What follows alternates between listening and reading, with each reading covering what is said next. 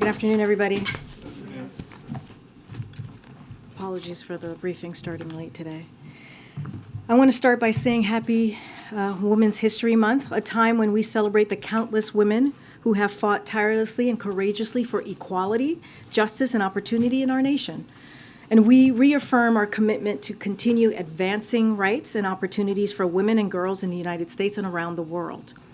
The President is honoring this commitment with action.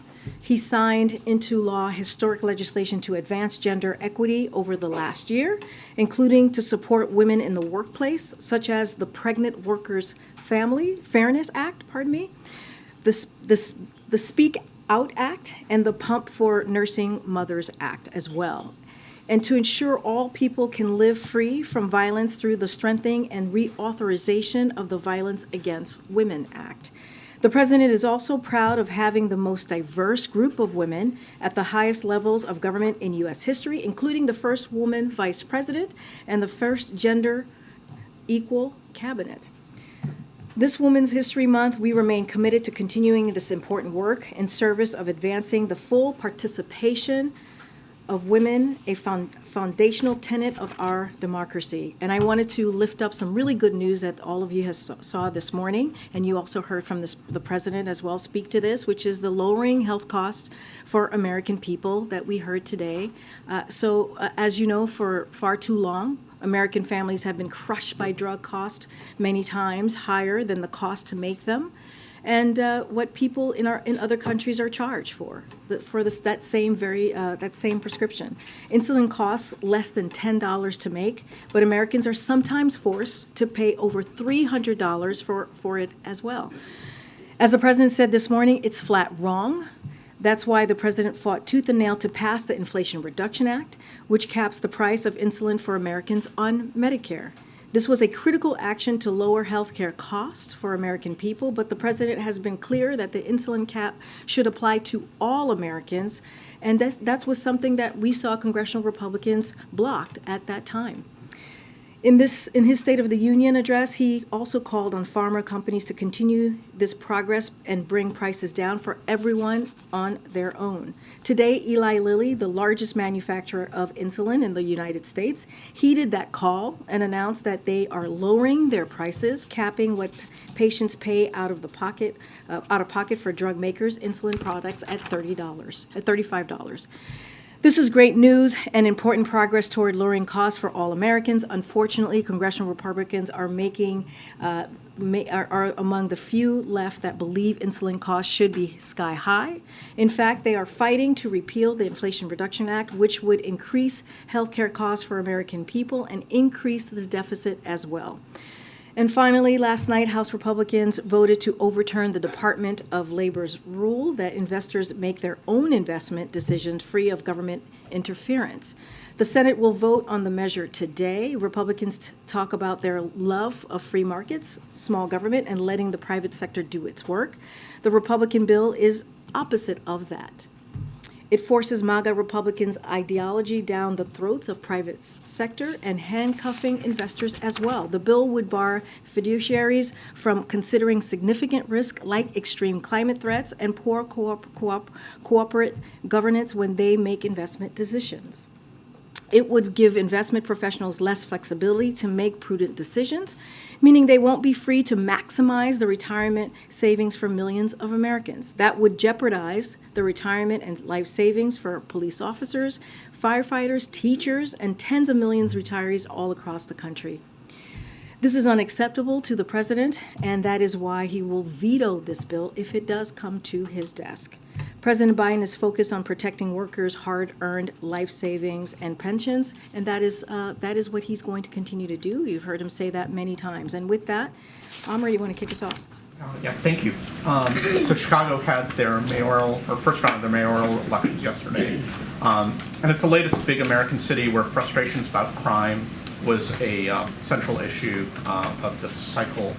Does President Biden, does he feel that this administration and I guess Washington writ large is putting enough attention on dealing with the issue of crime particularly in areas, big urban areas like Chicago. So let me just first speak to the mayor's race. Look, the president is committed to working with whomever the people in Chicago or the people on the ground, whichever, if it's a city or a state, whomever they choose to represent them. So that is the case and will continue to be the case. And so I'm going to withhold commenting on any specific race, but I know you're asking about crime specifically. Look, the president put forth, as you know, a comprehensive Safer Communities plan, and he put that forth after inheriting a rise of crime. That is something that he has been focused on since the beginning of his administration. Let's not forget, in that plan, he calls for more than 100,000 police officers to go into the community, to work with communities and make sure that communities feel safe, families feel safe, and that's what the president has put forward. And you'll see, when you see his commitment to crime, you'll see that in his budget next week. As you know, we're going to release that March 9th, and it will reflect his commitment as well as we're trying to continue to fight crime, which is the president has been leading at from the beginning of his administration. But what we have seen is that for years, congressional Republicans have been doing the opposite. When you think about the COPS program, which is something that the president put forward, they have wanted to defund that, to take that away. And if you think about that, that leads to defunding the police. Just recently, they called on defunding the FBI. And you think about the border security funding, they want to take that away as well. So the president has been committed. And one more thing I would add, let's not forget the banning assault weapons. That is a key part of this. When we think about crime, we think about gun crime, that we believe will help alleviate the crime that we're seeing, keep families safe, keep communities safe across the country. So the president has walked the talk. The president has been very consistent on making sure that communities feel safe and fighting crime, and he'll continue to do that. Yes, I just want a different topic. TikTok isn't safe for federal government workers' devices. Does the president believe it's safe for Americans' children's smartphones? So I'm glad that you asked about that because, look, we have been clear about our concerns about TikTok, apps like TikTok, and certainly our concerns with countries including China as they seek to leverage digital technologies and Americans' data in ways that can present harm and risk to our national security, clearly. There was, to your point about families, there was a piece of data, a CDC data that just found recently that nearly 60% of teen girls felt persistently sad or hopeless in 2021, and 30% seriously considered suicide. So this is something that the president has taken action on. If you look at the executive using his executive branch authorities, we think about his unity agenda. A couple of things that he was able to do was stop collecting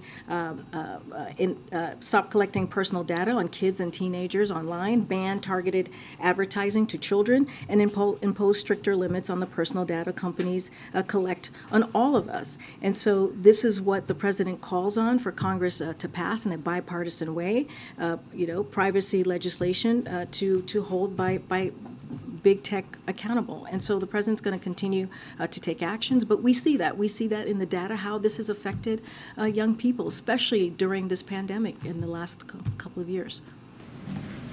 Thanks, Karine. To follow on that, does the president believe TikTok is a threat to national security? Well, we have said that we have concerns. We have concerns about the app. And that's why we have called on Congress to act, and including, and I mentioned earlier, just moments ago, including how China is trying to collect the privacy of Americans in a way that can present national security risks. So yes, we have concerns about that, and look, we're going to continue to call on Congress. I just laid out the president's unity agenda and what he's looking to do and the actions that he wants to take from the executive branch of his authority, and so we're going to continue to call that out. Do the actions include a ban on all devices in the U.S.?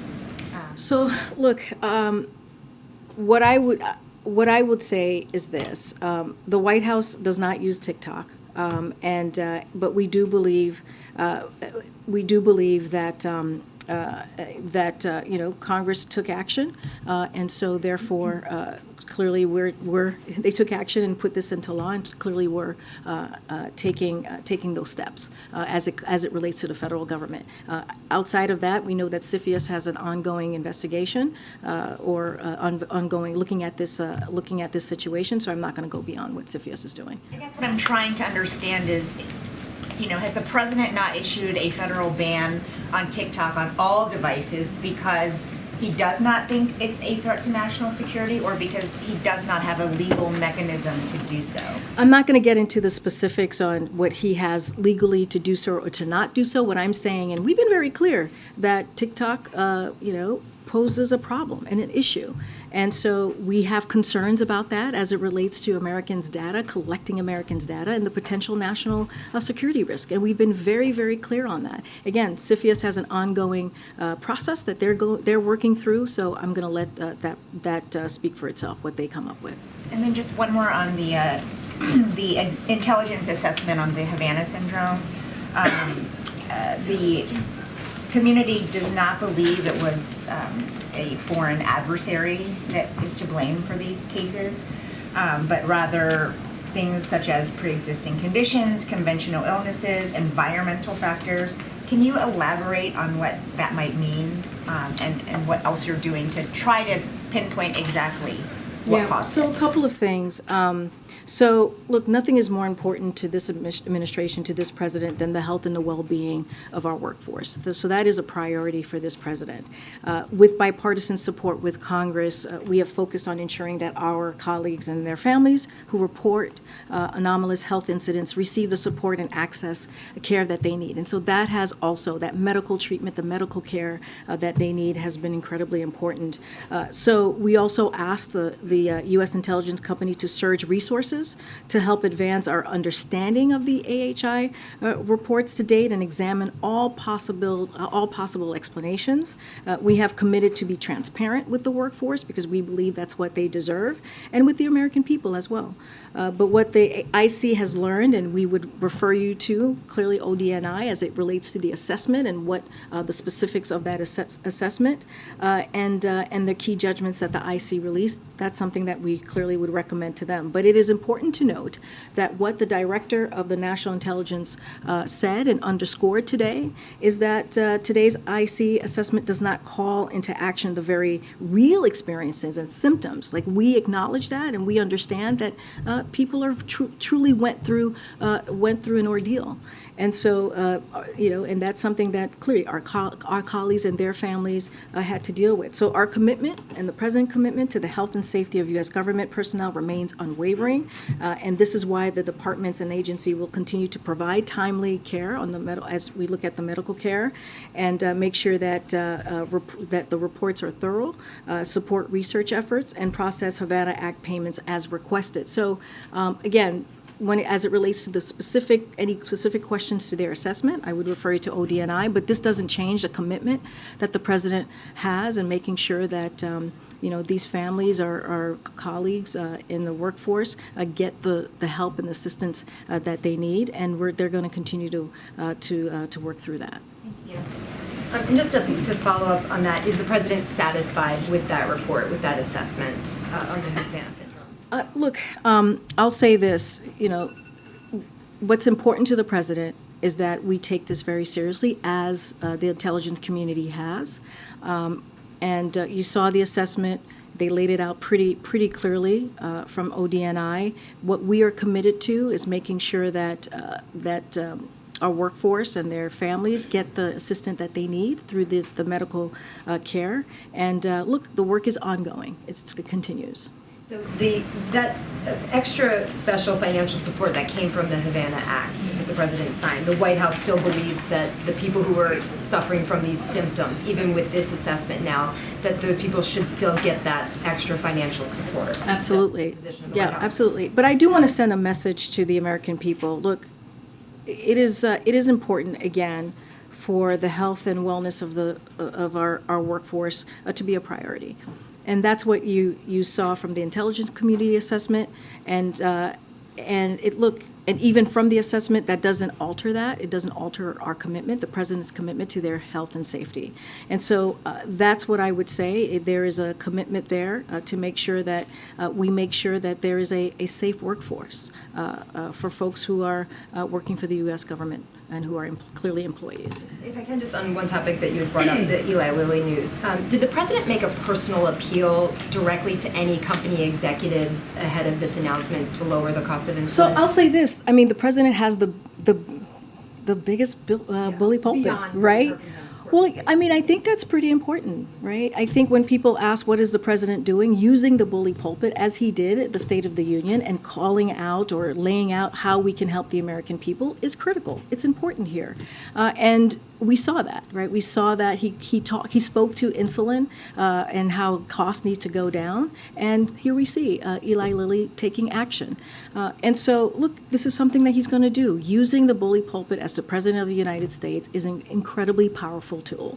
And the president uses that in a very important way, not just to talk to the American people and lay out his platform, lay out how he's working every day to make sure, in this case, lowering costs for Americans, whether it's healthcare, whether it's energy, and making sure that we continue to deliver. But it's also speaking directly to companies out there like Eli Lilly and saying, hey, you all need to change how you move forward, especially on something like insulin that it affects so many families across the country. One-on-one conversations. I don't have any conversations to preview, but I think it is important to really speak to the importance of the bully pulpit and the way that the president uses that in a way that's effective and in a way that communicates what the American people need.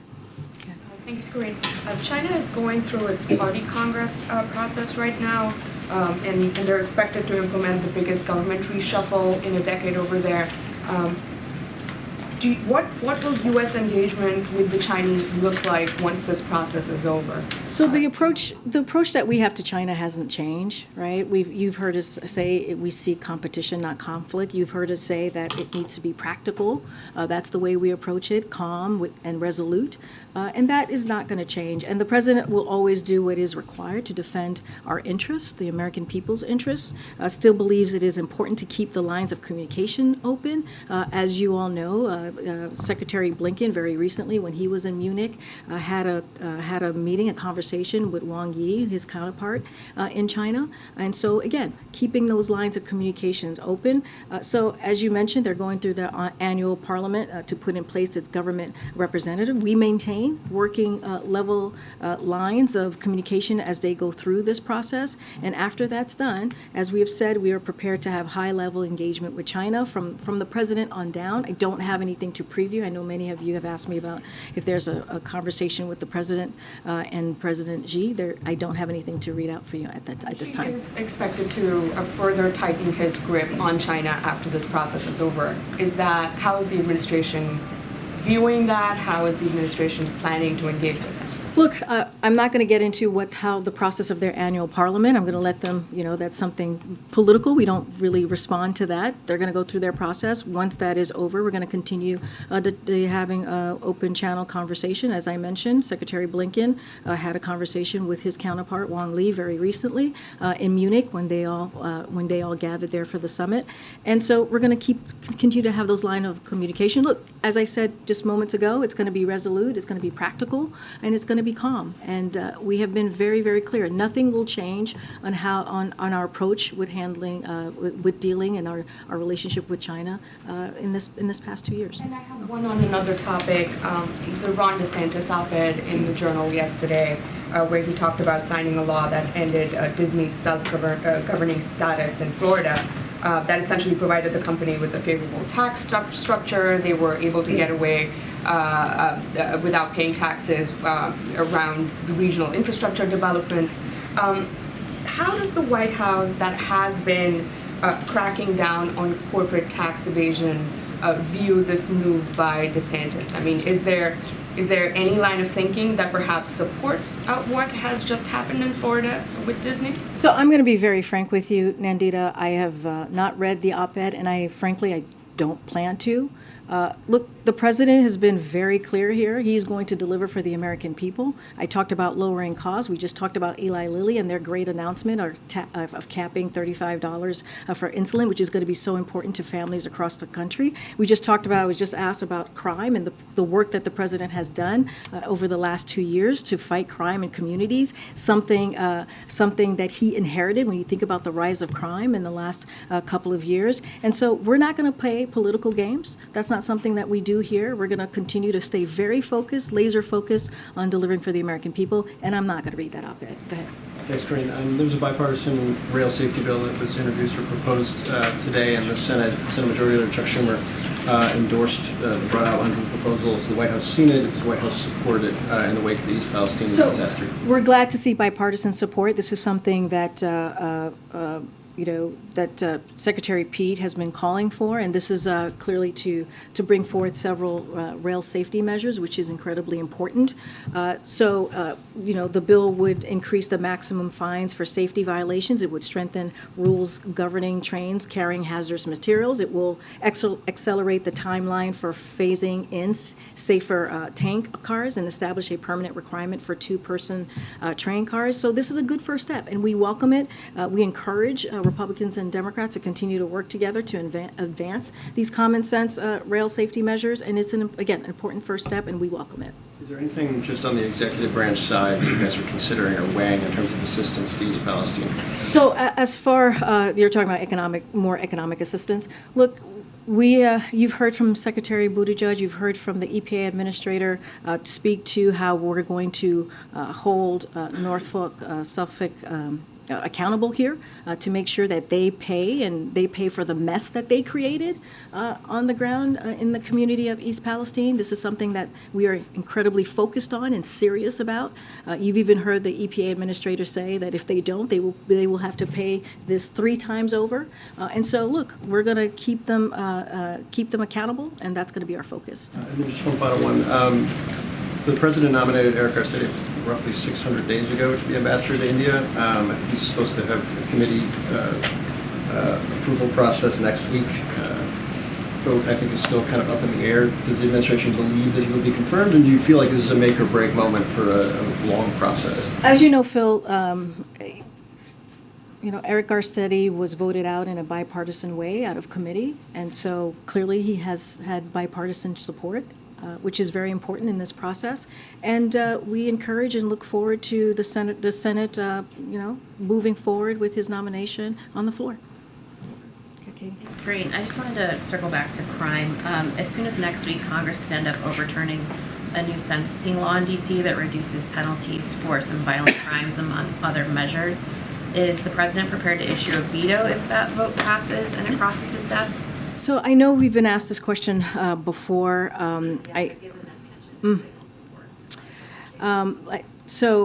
Look, the president takes this very seriously when it comes to crime. I'm not going to get ahead of what the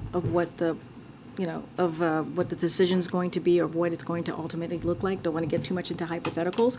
But what I can state clearly, and I've said this before, the president is very committed to make sure that our communities are safer, that families feel safer.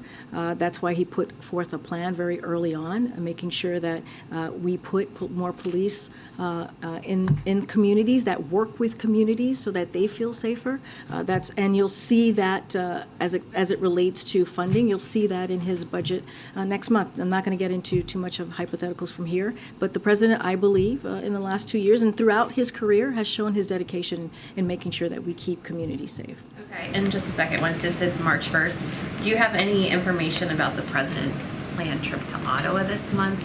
It's been reported that he's going to be visiting. I don't have anything to share. Nothing to preview at this time. Okay. I wanted to ask you about the student loan arguments that were before the Supreme Court yesterday, and many justices seem to take issue with the program. And I wonder if the administration has a message to those who have had loans already forgiven and are kind of in limbo right now. And given the skepticism from a lot of the justices, are there any plans from the administration in the event that you don't have the authority or the authority is struck down? So a couple of things. the plan that we put forward in August is the plan that we have, right? Which is also a plan that you heard the Solicitor General really defend in a very strong and powerful way yesterday, and that's our plan. And we believe in our legal authority to get that done, to get it implemented. And let's not forget, it is a good plan. It is a plan that's going to give American families, middle-class families who truly need it, individuals who truly need it, up to $20,000 in relief, to give that, again, a little bit breathing room for, again, working families and middle-class Americans.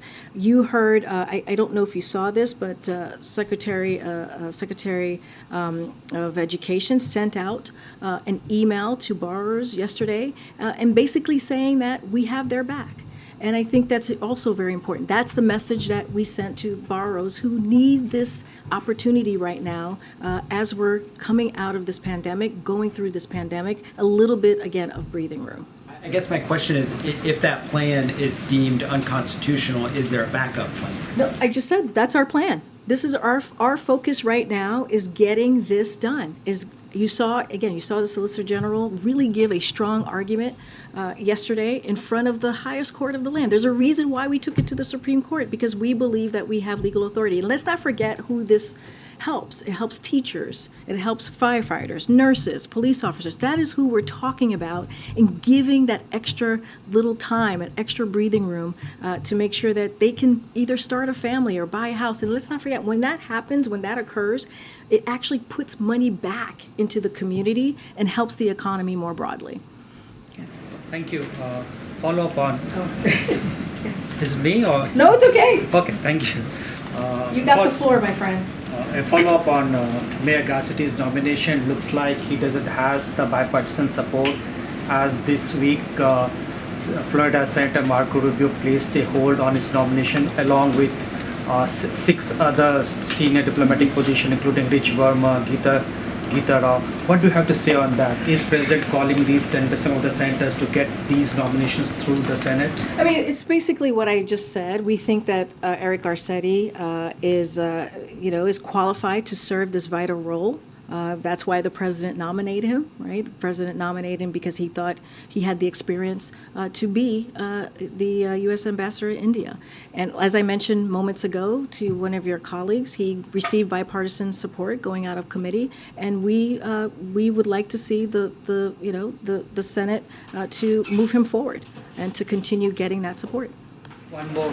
Secretary Blinken landed in Delhi today to attend the G20 foreign ministers meeting, attend Quad foreign minister meeting, and his bilateral with his Indian counterpart. Is he carrying any message from the president for the prime minister, any letter or any message for him directly? Yeah, on his visit, Secretary Blinken will reaffirm the strength of the U.S.-India relationship and express our commitment to continue working together and in groups like the Quad to advance economic growth for our two countries and expand cooperation as we have our shared priorities. So that's what you're going to hear from Secretary Blinken. That is the message that he will deliver. Thank you. Good, Michael. Thanks, Karine. Just following up on the Havana Act, which technically stands for the Helping American Victims Afflicted by Neurological Attacks Act. The predicate, obviously, of that law that the president signed is that these are attacks. And now the intelligence community is saying that 7 agencies are saying that it was either unlikely or very unlikely that that's the case. So understanding your position that obviously the administration wants to ensure that personnel across the government gets care, but that's not what this law outlines. This law outlines care for those who have been the subject of attacks. Is that a concern of yours, and how do you plan to address it? Look, I think what the president wants to make sure that occurs, that happens, is that we show our commitment to government employees, to the workforce, as they're going through a real issue here. This is a real problem that they have all experienced. And so we want to make sure that they continue the medical care that they're getting, that they get the resources that is needed as they're working for the U.S. government. That doesn't take that away. And so that is a message that we're going to send to the workforce, the U.S. federal workforce, and also to the families who are going through this, the individuals who are going through this right now. And I think that's an important message for the president to send. they had a real experience that they all went through, that they reported, that clearly the intelligence community looked into to see exactly what it was. They have a conclusion. They came up with assessment. I would leave it to them to speak directly to that. But it doesn't take away what they went through. And so the president is committed to that. And I think that's the message that we want to make sure it goes forward. Just quickly following up on that, now that this assessment is in, does the White House feel as if this is a settled matter, or does he have more questions? Honestly, I would refer you to the ODNI on their specific assessment and where they are and what they concluded. I'm not going to speak to that from here. What I want to reiterate again is that we want to make sure that the workforce, our federal workforce, understand that their health and safety is indeed our priority. Go ahead, Jen. Yeah, on the Federal Reserve search, the search for the vice chair, can you say, is the president looking for a more dovish counterbalance to Jay Powell, which is what some progressives would prefer, or is that not a factor in this search? Look, this is a priority. Making sure that we fill this vacancy is a priority to this president. I'm not going to get into specifics on what the president's process is, but I would tell you that he thinks it's important to get that vacancy filled, and he's going to clearly continue to make that a priority, and we hope to have something to share in the near future. FISA 702 reauthorization. What's the White House's position on reforms to 702 in this round? Would you be open to reforms, or is the White House insisting that the section be reauthorized without any changes? I don't have anything new to share on that particular piece. Okay. If I could go back to the question about the D.C. Council action and the likelihood that the Senate will send the president a bill that forces him to make a decision. Is it fair to say the president is at this moment undecided? Has he not yet decided what he's going to do? I'm just not going to get into hypotheticals from here. What I can say to you is the president's commitment, just more broadly as it relates to crime, as it relates to making sure that Americans and families feel safe, and what he's done in the past 2 years, but also beyond. And so that's what I can speak to at this time. Just not going to get into hypotheticals from here. So let me ask it this way. There are two ways to look at the question. One is to side with the mayor, who said that the council's action went too far and she vetoed it. The other is to side with the members of the council who insisted on enacting it against her objections. Does the president decide where he stands? Does he stand with Mayor Bowser? Does he stand with members of the council? So, look, what I can say, so as it relates to D.C., I'll say this, and the president has been very clear about this. We think that we must do more to reduce crime and save lives. And that's why the president has taken those actions. As it relates to more D.C. more broadly, and the president has said this as well, it's a clear example why D.C. deserves statehood, right? And that's something that the president has called for since the campaign. But again, I'm not going to get into particulars, into hypotheticals. The Safer America plan was something that the president has put forward to lay out how he sees making communities safer, how he sees dealing with an increase of crime. That happened, that he inherited, that happened before he walked into office. So I'll just leave it there and won't speak further to any hypotheticals. I'll go to the back, and then I'll come back down. Okay, thanks, Karine. So I want to ask you about the Labor Secretary pick. Julie Su, while she was Labor Secretary of California, during COVID, the state lost between $20 billion and $32 billion in unemployment insurance to fraudsters. Meanwhile, 5 million people had benefits delayed and 1 million people had them wrongfully canceled. Is the president concerned that this will impact her getting confirmed? So a couple of things, because we got to put this all in context of what was happening at the time. It was a historic crush of unemployment claims at the onset of the pandemic. That's what we were seeing. The design of the initial pandemic unemployment systems and years of national investments in UI modernization led to challenges, right, including fraud attacks, as you were just stating, across the nation in red and blue states alike. That was happening across the country during the very early stages of the pandemic. But under her leadership, under Julie's leadership, California took important steps to process a number of claims. We're talking about 1 in 5, which is in the entire nation. That's what California was dealing with, to ensure that working people who were out of work, and this was not their fault, could continue to pay their rent, could continue to put food on the table, continue to keep the lights on. So look, she believes in safety nets and need to be strengthened. That is something that she indeed believes in, and I'll add this as well. When the president took office, he prioritized combating potential frauds of relief funds, just as he did aggressively and successfully as the vice president. So this is an issue that's important to her, strengthening those safety nets, and also an issue that's important to the president that he's actually taken action on. So does he think she can be confirmed? Oh, absolutely, yes. She thinks that the Senate should confirm her, and she is the right person for the job and has the experience to do the job. And let's not forget, she has spent the last 2 years working hand in hand, with Secretary Walsh. You talked about TikTok earlier. I'm just curious now, why did the administration then wait so long to ban TikTok in all federal employees? 29 states have already done it, and the president, his first month in office, canceled an investigation by the Commerce Department into TikTok. So why did they wait so long? So I'm not going to speak to any investigation. Look, the process is happening now. That's what we're seeing. What I can say is that the president has been very clear about his concerns with apps like TikTok, and I just laid out the CDC reporting and how it's affecting our children, and the importance of making sure that we deal with this in a real way, which is why he put forth his unity agenda and laying out ways that we can deal with an issue that is affecting the emotional growth and also of our children. And so, look, the unity agenda kind of lays out how the president wants to move forward. I'm not going to go beyond that. Yeah. What follows on the ESG waiver rule? You had framed, the White House has framed this as kind of MAGA Republicans imposing their views on the free market. The fact that 2 Democratic senators say they're going to vote for this bill, does that undermine that argument? No, not at all, because this is something that Republicans have pushed forward. This is their agenda, which is kind of in line in how they want to move forward with a very extreme ideology, the MAGA Republican ideology. And what they're doing again is they're really pushing down the throats of private sector. That's what we're seeing. This is what this piece of legislation is. And a timeline question, any timeline on when the president would issue this veto if we assume this bill passes today? I mean, it depends on the mechanism of the Senate and what ultimately happens and the voting dynamics. I can't speak to that here on the timeline. Thank you, Karine. Why is President Biden afraid of China? The president is not afraid of China. Well, Did you see the president last week when we went to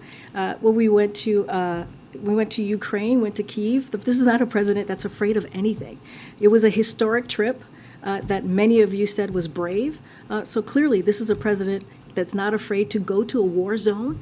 He's not afraid to go there when there's no military presence on the ground. So there's nothing that this president fears. China flew a spy craft over the U.S. The president didn't really do anything to China. And according to the FBI director, China may have created something that has killed more than 1.1 million people in this country.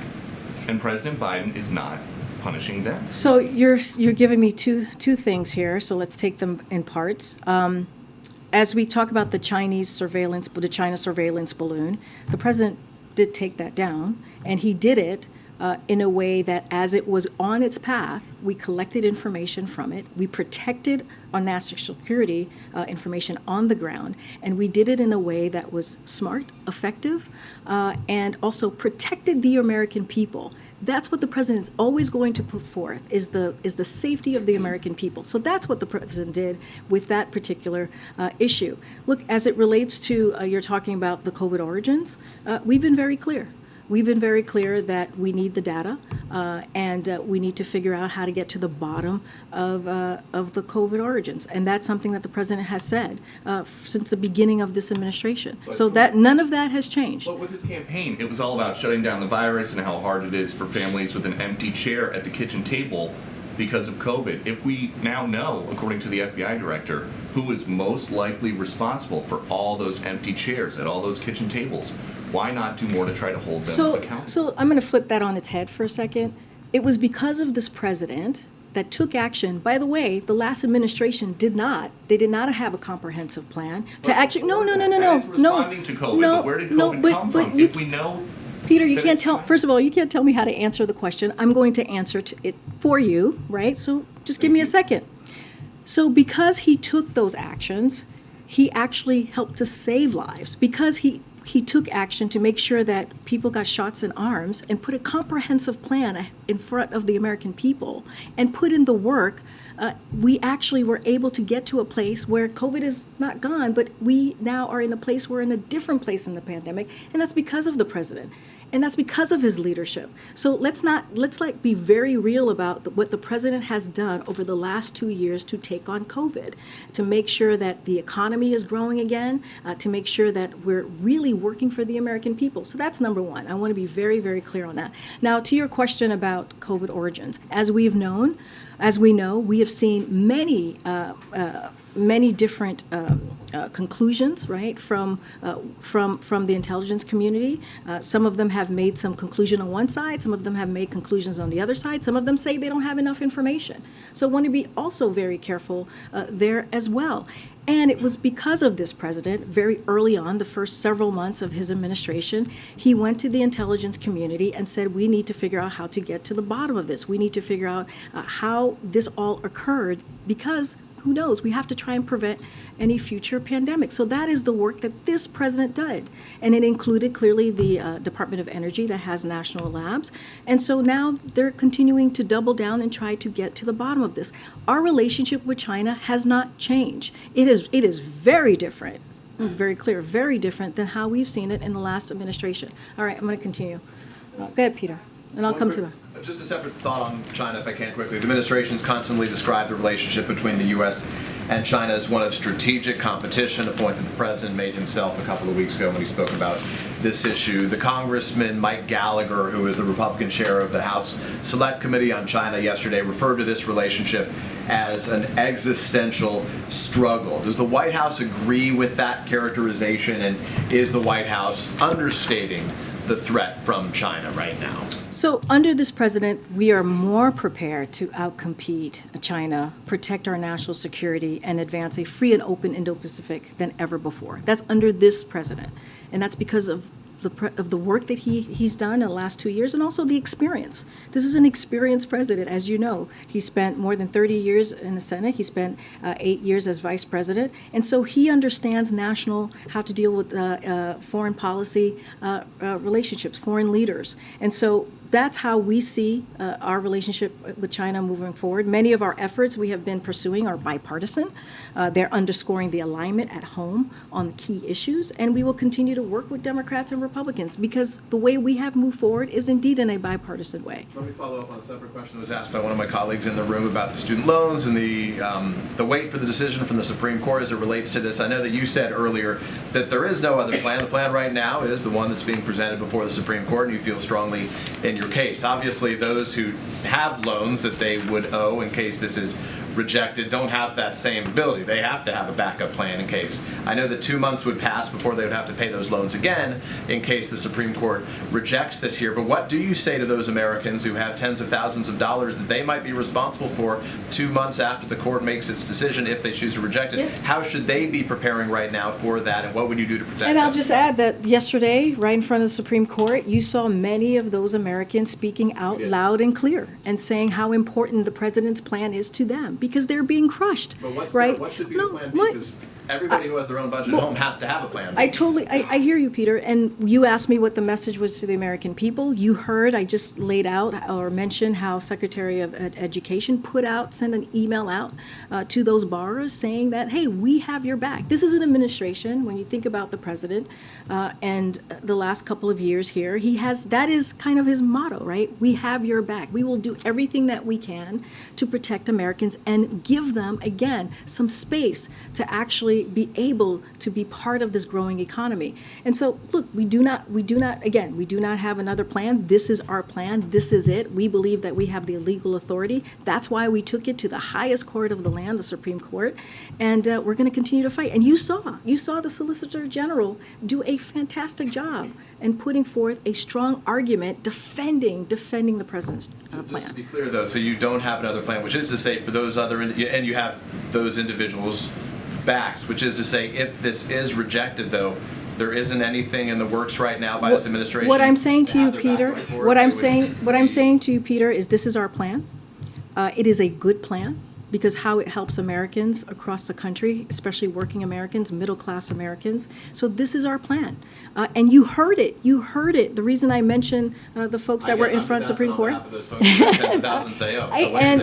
And I said they should know that we are going to continue to fight, that we feel strong in our legal authority here. And you heard it. You heard it from the SG yesterday, who defended it, the president's plan in a forceful way in front of the Supreme Court. Has the president spoken to Jimmy Carter in recent days, given the fact that he appears to be doing well, considering the circumstances? Have they had any other opportunities? I don't have any call to preview or to speak to. As you know, the president, I think, spoke to this when he did his ABC interview recently, that he has known Jimmy Carter for some time, was the first senator, to endorse him, and so they have a decades of relationship behind them, and so I would just say that he continues to wish him well, but I don't have a call to read out. I'll go to the back.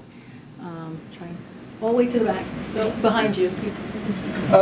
Thank you. So shifting gears, the Daily Beast reported yesterday that Republican Congressman James Comer invoked President Biden's son, Beau Biden, over not being prosecuted, saying this U.S. attorney had an opportunity to go after the Bidens years ago.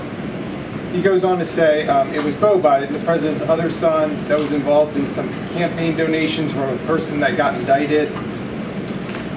So I'm wondering if the White House has a response to Chairman Comer invoking Beau Biden, and whether the president thinks it's potentially, if Mr. President thinks it's potentially appropriate that Mr. Comer investigate his deceased son. No, it's completely inappropriate. And it's ugly, the comments that he made, and it says a lot about the chairman, which is not good, by the way, to make the statement that he did is incredibly ugly and inappropriate.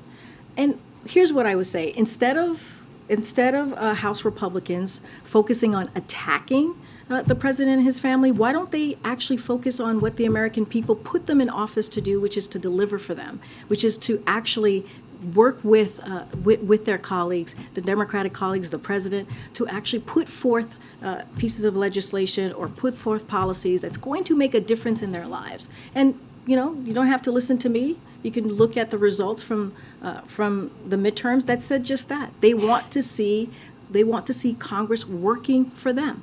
That's what they want to see. They want to make sure that their Medicare is protected. They want to make sure that we're lowering costs.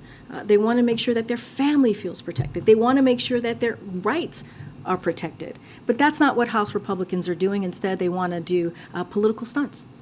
Thank you. Way in the back. Way in the back. Thank you. Way in the back. Go ahead. Thank you. The Attorney General Merrick Garland was testifying up on the Hill today, and he was asked a lot about fentanyl. I have a few questions for you on that front. He was asked by Senator Graham, Senator Graham said, quote, "Would you agree with me that whatever we are doing as it relates to sentencing guidelines is not working?" And the Attorney General said, "I would agree with that because of the number of deaths that you pointed out." Does President Biden believe that sentencing guidelines around fentanyl deaths need to get stricter? I just caught a bit of the coverage. I didn't catch all of it. And I will say that the Secretary or the Attorney General spoke to a number of issues from what I understand. What I know for sure that he spoke to the Justice Department's independent work and his commitment to rule of law. I'm just not going to go beyond that. The Attorney General was asked if he opposes making the senior-most cartels being labeled as foreign terrorist organizations, and he said he would not oppose that. Again, I only saw a bit of the coverage. What I can say is what he's committed to. I'm just not going to go into this. A little bit broader for a second. The number of fentanyl deaths in this country has doubled in the last 2 years. The Attorney General described it as an epidemic. Can you describe what the administration has done to curb and to try to tackle this epidemic, as he put it? So this administration, when you think about fentanyl and you think about the work that this president has done, it has been very much focused on making sure that we keep our family safe, making sure that we keep our community safe, and getting fentanyl off the street. And we've done that in record numbers. You've heard me talk about that. You've heard me talk about the work that this president has done on fentanyl more specifically. I was just talking about the plan that he put forth to make sure that we keep communities safe. And that is part of that as well. We have seen record number of fentanyl, come off the streets because of the work that the president has done, because of what he is committed in protecting the border security, making sure that he put forth historic funding. There's still more work to be done. We would like to do that work with Republicans. They refuse to work with us. If anything, they want to take away. They want to take away that border security funding. They want to defund the FBI. But the president is using the tools that are in front of him right now on the executive level to make sure that he does everything that he can without the help of many Republicans in Congress to make sure that we keep community safe, and that's what he's going to continue to do. Go ahead, way in the back, Owen. Thank you, Karine. Two questions for you, please. Thank you. Number one, just recently in California, a very tragic story. Catholic Bishop David O'Connell, Auxiliary Bishop of Los Angeles. He served the area for 45 years, ministering to migrants, the poor, victims of gang violence, known as the Peacemaker, and he was gunned down in his home, murdered, just a few weeks ago. I know the White House is aware of it, but do you have a statement or at least something you want to tell the faithful there in Los Angeles? Absolutely, and I appreciate the question. We do have something that we want to share, which is the President and the First Lady join Archbishop Gomez, the Archdiocese of Los Angeles, and the entire Catholic community in the mourning of Bishop David O'Connell. We also express our sympathy and prayers for the family and friends of the bishop, who will certainly remember his legacy of service to those on the margins of society. And so, again, we offer up our condolences to the community. Thank you. And secondly, is President Biden aware of this leaked document that recently came out of the Richmond, Virginia field office that compared Catholics, conservative Catholics, to violent extremists? Several attorneys general have written a letter, and they say, quote, anti-Catholic bigotry appears to be festering in the FBI, and the Bureau is treating Catholics as potential terrorists because of their beliefs. Again, they wrote that in reaction to that leaked document. So my question is the President aware of that document, and what would he tell Catholics seeing these headlines who might be worried they're coming after us, the feds, because of our faith? So I have not seen this leaked document. I've not spoken to the president. I haven't seen it, so therefore I haven't spoken to the president about it. So I just don't want to get ahead of that. Would you look at it eventually and get? Yeah. Okay. Happy to. Thank you. Okay.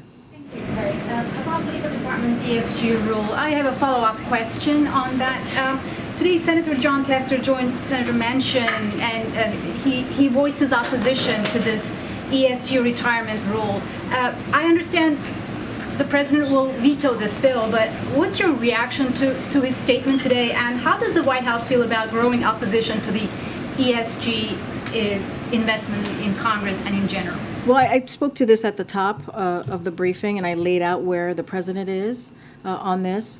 As it relates to the dynamics of the Senate and where this is going to go, I leave that to Senator Schumer. That's something for him to speak to. What I can say, if this bill reaches the president's desk, he will veto it, and I'll leave it there for now. Okay. Thanks a lot. I want to ask you about Merrick Garland's testimony today before the Senate Judiciary Committee.